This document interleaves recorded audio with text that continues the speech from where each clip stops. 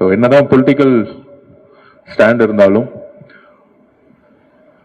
எங்களுடைய முதலமைச்சர், எங்களுடைய லீடர், சீஃப் மினிஸ்டர் விஷன், நேற்று தான் ஸ்போர்ட்ஸ் மினிஸ்ட்ரியோடைய ரிவ்யூ மீட்டிங் முடிஞ்சிச்சு. சொன்ன எல்லா விஷயத்துக்குமே எஸ் எஸ் எஸ் எஸ்ன்னு சொல்லிட்டு கோவட்னு சொன்னாரு. அந்த மாதிரி ஸ்போர்ட்ஸை விரும்பக்கூடிய ஒரு சீஃப் மினிஸ்டர் ட்ரக்ஸுக்கு பதிலாக ஸ்போர்ட்ஸை கொண்டு வரணும்னு அவர் கைப்பட எழுதினாரு.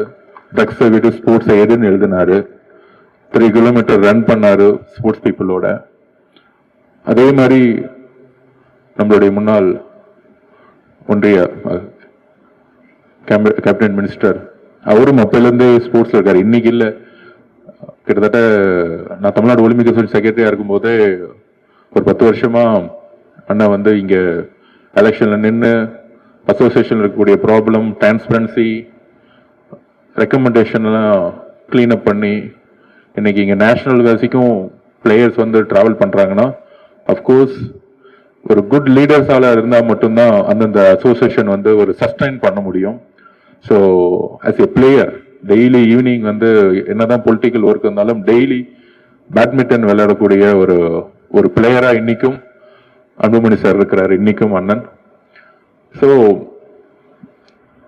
அரசியலுக்கு அப்பாற்பட்டு எல்லாருமே ஸ்போர்ட்ஸ்ல ஜாயின் பண்ணுங்கிறது நம்மளுடைய குறிக்கோள். எங்களுடைய சிஎம்மும் சரி, பொலிட்டிக்கல்லாம் வந்து நெக்ஸ்ட் டெவலப்மெண்ட், அதுல யூத் 55% பாப்புலேஷன் இருக்கக்கூடிய தமிழ்நாட்டில் ஸ்போர்ட்ஸுங்கிறது ஃப்ரண்ட்ல கொண்டு வந்து நிப்பாட்ட வேண்டிய பொறுப்பு எல்லாருக்கும் இருக்கு. சார் சொன்ன மாதிரி அந்த அளவுக்கு ஸ்போர்ட்ஸை வந்து டெய்லியும் நேசிக்கக்கூடியவர் அன்புமணி அண்ணன். லாஸ்ட் 10 வருஷமா அவருடைய டிராவல் நிறைய விதத்துல ஸ்போர்ட்ஸ்ல பண்ணியிருக்கோம். 1994 அப்புறம் தமிழ்நாட்டில் இன்ஃப்ராஸ்ட்ரக்சர்ஸே கிடையாது. மேடம் ஜெயலலிதா மேடம் வந்து அப்போ வந்து சாஃபா நடத்தினாங்க. ஸோ அப்போதான் இந்த நேரு ஸ்டேடியம் உருவாக்கப்பட்டது, வேளச்சேரி உருவாக்கப்பட்டது, டென்னிஸ் கோர்ட் உருவாக்கப்பட்டது. ஆனால் 30 இயர்ஸா வந்து பக்கத்தில் இருக்க கர்நாடகா, பஞ்சாப், லூதியானா, ஹரியானாலாம், குஜராத் பார்த்தீங்கன்னா இன்டர்நேஷனல் ஸ்டேடியம்லாம் பார்த்தீங்கன்னா அடுத்த லெவலில் அப்கிரேட் பண்ணிட்டாங்க. ஸோ நம்ம இன்னும் இந்த ஒரே ஒரு ஸ்டேடியம், அதுவும் அப்கிரேட் பண்ண முடியாத ஒரு ஸ்டேடியம், இன்டர்நேஷனல் ஸ்டேடியம் இல்லை. இங்கே ஒரு நேஷனல் கேம்ஸ் நடத்தினா கூட நம்ம கிட்ட இன்ஃப்ராஸ்ட்ரக்சர் கிடையாது. இதை நேற்று ரிவ்யூ மீட்டிங்ல சேம்ட சொல்லும் பொழுது கேபிட்டல் எக்ஸ்பென்சஸ்னா நீங்க கணக்கே பார்க்காதீங்க, இம்மிடியட்டா அதுக்கான ஒர்க்கை ஸ்டார்ட் பண்ணுங்கன்னு நேற்று அந்த அளவுக்கு சிஎம் அவர்கள் அப்ரூவ் கொடுத்தாங்க. கூடிய விரைவில் பட்ஜெட்ல கண்டிப்பாக மாண்பு முதலமைச்சரும் சரி, ஸ்போர்ட்ஸ் மினிஸ்டரோட அனௌன்ஸ்மெண்ட்லயும் சரி, அனௌன்ஸ்மெண்டா இருக்காது. வித்தின் 3 இயர்ஸ்ல ஒரு இன்டர்நேஷனல் கேபிட்டல் ஸ்போர்ட்ஸ் ஹப்பா தமிழ்நாட்டு மாறுங்கிறதை அண்ணங்கிட்ட நான் வந்து உறுதிமொழி கொடுக்கிறோம். அதனாலதான் ஸ்போர்ட்ஸ் மினிஸ்ட்ரி வந்து நாங்க நேரு ஸ்டேடியம் மாத்திட்டோம். 6 மணிக்கு நான் வந்துடுறேன், 7 மணிக்கு எல்லா அபிஷியல்ஸும் வந்துடுறாங்க.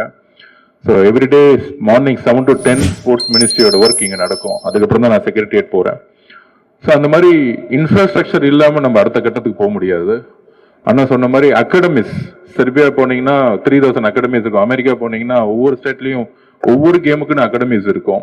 ஏன் கர்நாடகால, பெங்களூர்ல ஸ்விம்மிங்னு ஒரு அகாடமி, அவங்களுக்கு வந்து கிரவுண்ட் கொடுத்துருக்காங்க, அவங்களுக்கு வந்து அசோசியேஷன் ஆஃபீஸ் இருக்கு.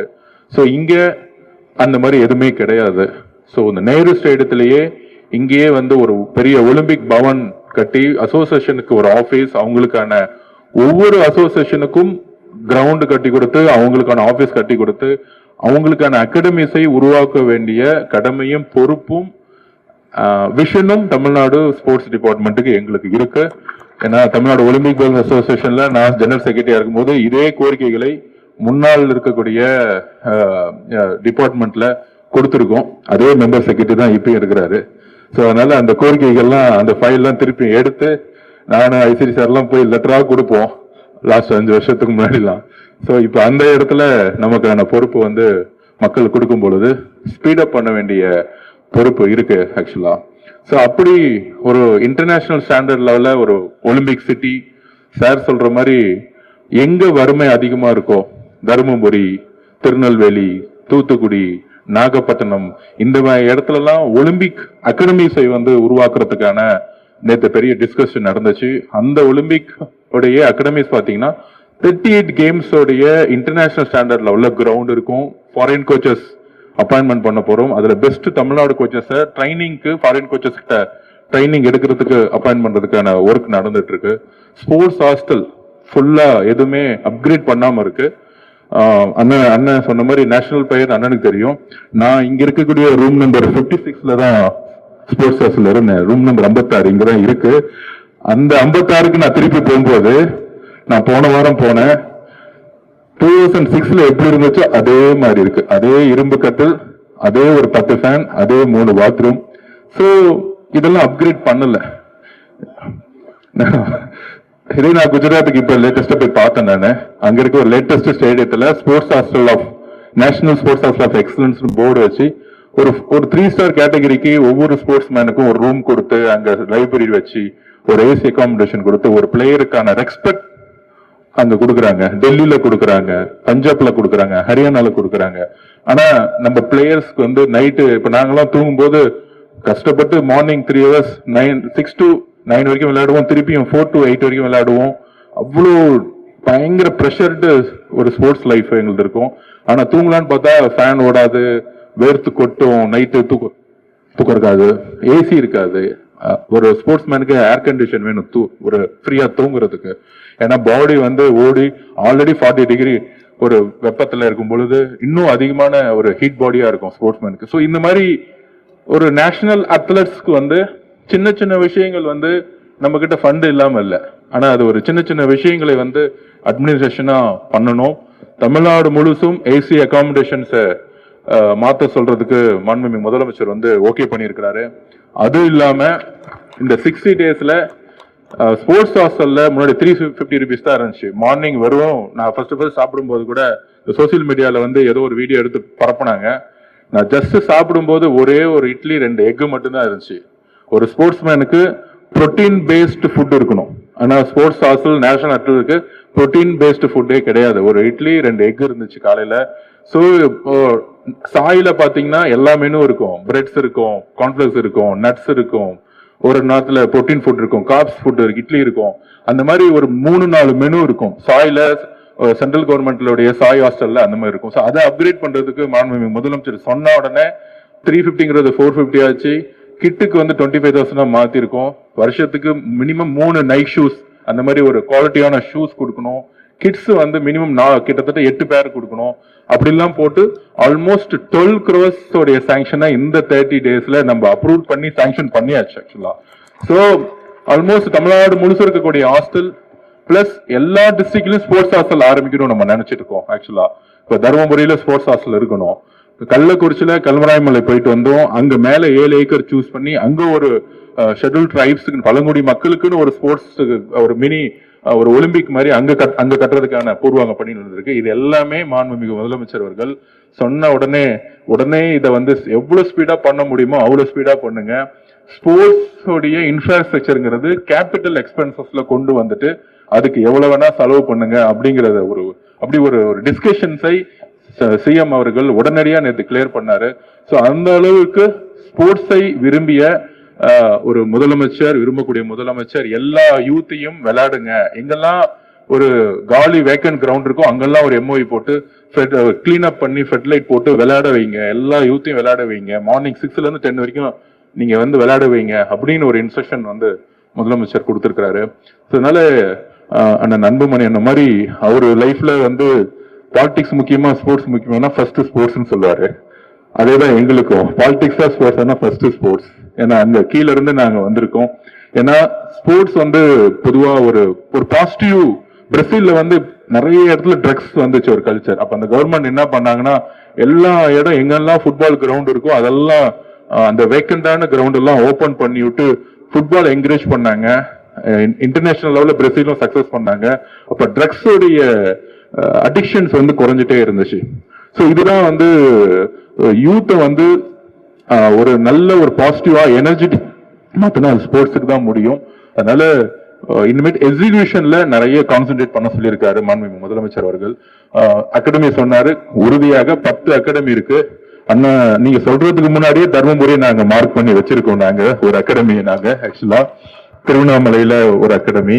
ஸோ இந்த மாதிரி எங்கெல்லாம் வறுமை அதிகமா இருக்கோ, எங்கெல்லாம் லிக்கர் சேல்ஸ் அதிகமா இருக்கோ, எங்கெல்லாம் ட்ரக்ஸோட மூவ்மெண்ட் அதிகமா இருக்கோ, அங்கெல்லாம் ஸ்போர்ட்ஸை வந்து ஒரு பெரிய பெரிய கிரவுண்ட் போட்டு நம்ம வந்து கொண்டு போகணுங்கிறது ஒரு பெரிய விஷயம் இருக்கு. இன்னொரு முக்கியமான விஷயம், 125 வருஷத்துல இந்த ஒலிம்பிக்ஸ்ல தமிழ்நாட்டில இருந்து ஒரு மெடல் இது வரைக்கும் நம்ம வாங்கினதே கிடையாது. எஜுகேஷன்ல டெவலப் ஆயிருக்கும், அதர் டிபார்ட்மெண்ட் டெவலப் இருக்கும். ஆனா ஸ்போர்ட்ஸ்ல இருந்து இது வரைக்கும் நம்ம ஒரு மெடல் நம்ம வாங்கினதில்ல. பேட்மிண்டன்ல இருந்து ஒரு எக்ஸாம்பிளா நம்மளுடைய பக்கத்து மாநில இருந்து சிந்து மேடம் வந்தாங்க. அதே மாதிரி பேட்மிண்டன்ல இருந்து ஒலிம்பிக் பிளேயர் உருவாக்குறதுக்கு ஒரு அகாடமியை கண்டிப்பாக தமிழ்நாட்டில் உருவாக்கணும். எனக்கு ரொம்ப பிடிச்ச விஷயம் கோபிச்சந்த் சார். கோபிச்சந்த் சார் வந்து எனக்கு ஒரு இன்ஸ்பிரேஷன் மாதிரி. கிரிக்கெட்ல வந்து ஜக்மோகன் டால்மியா ஒரு இன்ஸ்பிரேஷன்னா, பேட்மிண்டன்ல வந்து கோபிச்சந்த் சார் வந்து ஒரு பெரிய இன்ஸ்பிரேஷன். அவரு ஓனா ஒரு அகாடமி போட்டாரு, கவர்மெண்ட் லேண்ட் கொடுத்தாங்க. அந்த மாதிரி எல்லா அசோசியேஷனுக்கும் லேண்ட் கொடுத்து இன்ஃப்ராஸ்ட்ரக்சர் வந்து பேக்கப் பண்ண வேண்டிய கடமை கண்டிப்பாக எஸ்டிஐடி இருக்கு, அரசுக்கு இருக்கு, முதலமைச்சருக்கும் அதுல பரிபூர்ண சம்பந்தம் இருக்கு. So Gopichand academy, Padukone academy மாதிரி ஒரு பெரிய அகாடமியை உருவாக்குவோம். மேக்சிமம் 2036ல தமிழ்நாட்டில இருந்து குறைந்தபட்சம் ஒரு 15 மெடல் வந்து ஒலிம்பிக்ஸ்ல நம்ம எடுக்கணுங்கிற ஒரு டார்கெட் வந்து நம்ம வச்சிருக்கோம். 2036 இஸ் அவர் கோல். அதுக்கு பேட்மிண்டனுக்கு என்னெல்லாம் தேவையோ, பிளேயர்ஸுக்கு ஆகட்டும், கோச்சஸ்க்கு ஆகட்டும், இல்ல இன்டர்நேஷனல் ஃபாரின் கோச்சை நீங்க அப்பாயின்ட் பண்றதா இருந்தா கூட நீங்க அப்பாயின்மெண்ட் பண்ணுங்க. அதுக்கான பினான்சியல் சப்போர்ட் வந்து எஸ்டில இருந்து நாங்க கொடுக்கறதுக்கு ரெடியா இருக்கோம். ஒரு பிகினர் கோச், ஒரு senior coach, 2 foreign coaches plus local இருக்க ஒரு 5 to 10 கோச்சஸை வந்து பேக்கப் பண்ணி அவங்களுக்கு நம்ம ட்ரைனிங் கொடுக்கலாம். நம்மளுடைய பிளேயர்ஸ் ஹாஸ்டல்ல கொண்டு வரதுக்கு, இந்த ஒலிம்பிக் அகாடமியோட ஹாஸ்டல்ல பேட்மிண்டன் பிளேயர்ஸ் கொண்டு வரதுக்கு என்ன தேவைகளோ நம்மளுடைய ஸ்டேட் கவர்மெண்ட் செய்யறதுக்கு ரெடியா இருக்கு. கூடிய சீக்கிரத்துல நேற்று டிஸ்கஷன் பண்ணும்போது சிஎம் கிட்ட சொன்னோம், இந்த ஐஏஎஸ் ஐபிஎஸ்க்கு வந்து எப்பயுமே அவரு ஈவெண்ட்ஸ் நடத்துவாங்க. கிரிக்கெட் இருக்கும், அது அத்லெட்டிக் நடத்துவாங்க, ஸ்விம்மிங் நடத்துவாங்க, எல்லா ஈவெண்ட் நடத்துவாங்க. 34 கேம்ஸ் சூஸ் பண்ணி யார் வேணா இதுல வேணா பார்ட்டிசிபேட் பண்ணலாம். அதுல முதல் முறையா ஒரு பிளான் பண்ணிருக்கோம், ஸ்போர்ட்ஸ் ஃபார் எவ்ரி ஒன் அப்படிங்கிற கான்செப்டுக்காக எல்லா எம்எல்ஏஸும் எல்லா எம்பிஸும் ஸ்போர்ட்ஸ்ல பார்ட்டிசிபேட் பண்ணணும். அப்படி ஒரு ஈவெண்ட்டை வந்து நம்ம நடத்த போறோம். அரசியல் கட்சிக்கு அப்பாற்பட்டு, அது டிஎம்கேவா இருக்கலாம், ஏடிஎம்கேவா இருக்கலாம், பிஜேபியா இருக்கலாம், எந்த கட்சி வேணா இருக்கலாம், எல்லோரும் சேர்ந்து விளையாடணும். எம்எல்ஏஸ், எம்பிஸ், சில பேரால வயசானவங்க விளையாட முடியலையா, வாக்கிங்ல ஒரு காம்படிஷன், அந்த மாதிரி எல்லோரும் எம்எல்ஏ எம்பிஸ் எல்லோரும் விளையாடணும். அதுல காம்படிஷன் வந்து ஐபிஎஸ் அண்ட் ஐஏஎஸ் அவங்க ஒரு தனி அணி, எம்எல்ஏ எம்பிஸ் எல்லாம் ஒரு தனி அணி, ரெண்டு ஒரு காம்படிஷன் மாதிரி ஒரு எனர்ஜெட்டிக் தமிழ்நாடு, ஒரு பாசிட்டிவ் தமிழ்நாடு. அரசியல் மேடைகளை நம்ம சண்டை போடுறோம், அது வேற. ஆனா ஸ்போர்ட்ஸ் வரும்பொழுது நம்ம எல்லாரும் ஒன்னா இருக்கணும் அப்படிங்கிற ஒரு விஷன் மாண்புமிகு முதலமைச்சர் அவர்களுக்கும் சிஎம் அவர்களுக்கும் இருக்கு. சோ தமிழ்நாட்டுல கூடிய விரைவில் பட்ஜெட் எல்லாம் முடிஞ்ச பிறகு யார் யாரெல்லாம் ஏதோ ஒரு எம்எல்ஏ, ஏதோ ஒரு மினிஸ்டர் இருந்தாலும் சரி, எம்பியா இருந்தாலும் சரி, அந்த புரோட்டோகால் எல்லாம் எடுத்துட்டு எல்லோரும் ஸ்போர்ட்ஸை வந்து நம்ம வந்து கொண்டு போறதுக்கு ஒரு காம்படிஷன்ஸை ரொம்ப அழகா ஒரு அரசியலுக்கு அப்பாற்பட்டு உருவாக்கணும். அப்பதான் வந்து மக்களுக்கு வந்து ஸ்போர்ட்ஸை வந்து எந்த அளவுக்கு கிரவுண்ட் லெவல்ல கொண்டு போக முடியும். ஒரு எம்எல்ஏ, எம்பி, மினிஸ்டர்ஸ் எல்லாரும். அதனாலதான் முதலமைச்சர் வந்து நானும் வந்து ரன் பண்றேன்னு 3 கிலோமீட்டர் ரன் பண்ணாரு. சோ அந்த இம்பார்ட்டன்ட் சிஎம்க்கு தெரியுது, ஃபிட்னஸ்க்கு உடலுடைய உழைப்புக்கு தெரியுது. நான் சொல்லிட்டே இருந்தேன், பிசிக்கல் டீச்சர்ஸ் 6000 பேர்ல வந்து ஒன்றிணைச்சிட்டு இருக்கோம். அவங்களுக்கான விஷன்ஸையும் அவங்களுக்கான சிலபஸையும் ரெடி பண்ணிட்டு இருக்கோம். பிசிக்கல் டீச்சர்ஸோட குறிக்கோளை டேலண்ட் ரிசர்ச் விங்னு சொல்லிட்டு கீழே இருக்க கிராமப்புறத்தில் இருக்கக்கூடிய ஹைப்பரா இருக்கக்கூடிய பிளேயர்ஸை வந்து எஸ்டிஐடிக்கு அனுப்புற அளவுக்கு அவங்களுக்கு ஒரு ட்ரைனிங் சென்டர்ஸ் ரெடி பண்ணி. ஏன்னா பிசிக்கல் டீச்சர்ஸ் வரைக்கும் யூஸ் பண்ணதே இல்லை. இப்ப சைனா, அமெரிக்கா பாத்தீங்கன்னா ஸ்கூல்ல இருக்க டீச்சர்ஸ்க்கு தான் ரொம்ப ரொம்ப இம்பார்ட்டன்ட் கொடுப்பாங்க. இங்க இந்தியன் கோச்சஸ் கொடுக்குற இம்பார்ட்டன்ஸ் ஸ்கூல்ல இருக்க டீச்சர்ஸ் கொடுக்கறது இல்ல. மேக்ஸ் சயின்ஸ் டீச்சர் கொடுக்குற இம்பார்ட்டன்ட் பிசிக்கல் டீச்சர் கொடுத்தது இல்ல. பஸ் ஸ்டாண்ட பாக்குறதுக்கும் முடிவெட்டுறதை பாக்குறதுக்கும் டிசிப்ளின் டீச்சரா மாத்திருக்காங்க. பட் பிசிக்கல் டீச்சர் நினைச்சா கிராமப்புறத்துல இருந்து பெஸ்ட். ஃபார் எக்ஸாம்பிள் பாஸ்கெட்பால் பிளேயர்னா ஒரு 10 வயசுல எல்லாம் பாத்தீங்கன்னா சில பேர் வந்து 6 ஃபீட்லயே வந்திருக்காங்க. சோ ஆனா நமக்கு தெரியாது, அங்க நம்ம ஐடென்டிஃபை பண்றது ரொம்ப கஷ்டமா இருக்கும். பஞ்சாப்லாம் ஐடென்டிஃபை பண்ணி கொண்டு வந்துடுறாங்க. சோ இந்த 6000 பிசிக்கல் டீச்சர்ஸுக்கு ஒரு பெரிய மீட்டிங் பண்ணி மாண்பு முதலமைச்சர் அவர்கள் கூடிய விரைவில் ஒரு பெரிய ஒரு விஷனரி டாக்குமெண்ட் கண்டிப்பா கொடுப்பாரு. அப்படி கீழிருந்து வரக்கூடிய பிளேயர்ஸ், குறிப்பாக கிராமப்புறத்தில் வரக்கூடிய விவசாயிகள், மீனவ குடும்பத்தில் வரக்கூடிய பிளேயருக்கு உறுதியா பயங்கர ஸ்ட்ராங்கா இருக்கிறாங்க. இப்ப தூத்துக்குடியில இருந்து கொண்டு வந்தா பெஸ்ட் ஸ்விம்மர் கிடைக்கும். தஞ்சாவூர் பக்கத்துல இருந்து இங்க இருந்து நம்ம ராயபுரத்துல இருந்து நார்த் மெட்ராஸ்ல பாத்தீங்கன்னா பெஸ்ட் பாக்ஸர் கிடைக்கிறாங்க. ஒரு ஒரு சமூகத்தினுடைய கோலமா இருக்கக்கூடிய ஒரு இளைஞரை வந்து நம்ம ஸ்போர்ட்ஸ் திருப்பும் பொழுது இன்னும் வந்து நம்மளால அது மெடலா மாத்த முடியும். சோ அது அந்த நெகட்டிவ் எனர்ஜியை பாசிட்டிவா மாத்துறது வந்து ஸ்போர்ட்ஸ்.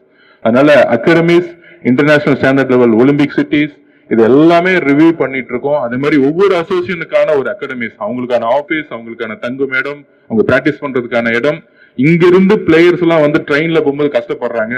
இப்ப மாண்பு முதலமைச்சர் சொன்னார், அவங்கள நம்ம வந்து பிளைட்ல வந்து அனுப்பிச்சு விடணும் அப்படின்னு சொல்லியிருக்காரு. எல்லா பிளேயர்ஸ், இட்ஸ் நாட் ஒரு பிளேயர் கிடையாது, தமிழ்நாட்டில் இருக்கக்கூடிய எல்லா பிளேயர்ஸும் யாரு தமிழ்நாடு டிஷர்ட் போடுறாங்களோ அவங்கள பத்திரமா நம்ம வந்து கூட்டிட்டு வரணும்ங்கிறத செய்யமுடைய எல்லாத்துடைய தாட்டும் ஒரே மாதிரி இருக்கு. அதனால சின்ன சின்ன விஷயங்களை நம்ம உருவாக்குவோம். இன்டர்நேஷனல் ஸ்டாண்டர்ட் லெவல்ல இன்ஃப்ராஸ்ட்ரக்சரை உருவாக்கக்கூடிய இடத்துல இருக்கும். நமக்கு ஒரு இன்டர்நேஷனல் ஸ்டாண்டர்ட் லெவல் இன்ஃப்ராஸ்ட்ரக்சர் தமிழ்நாட்டில் கிடையாது, இந்தியா முழுக்க உருவாயிருச்சு. மேகாலயில நேஷனல் கேம்ஸ் நடக்குது, ஆனா இது வரைக்கும் நம்ம நேஷனல் கேம்ஸ் நடத்துனதே கிடையாது. நேஷனல் கேம்ஸ்ல நம்ம 6வது 7வது இடத்துல இருக்கிறோம்.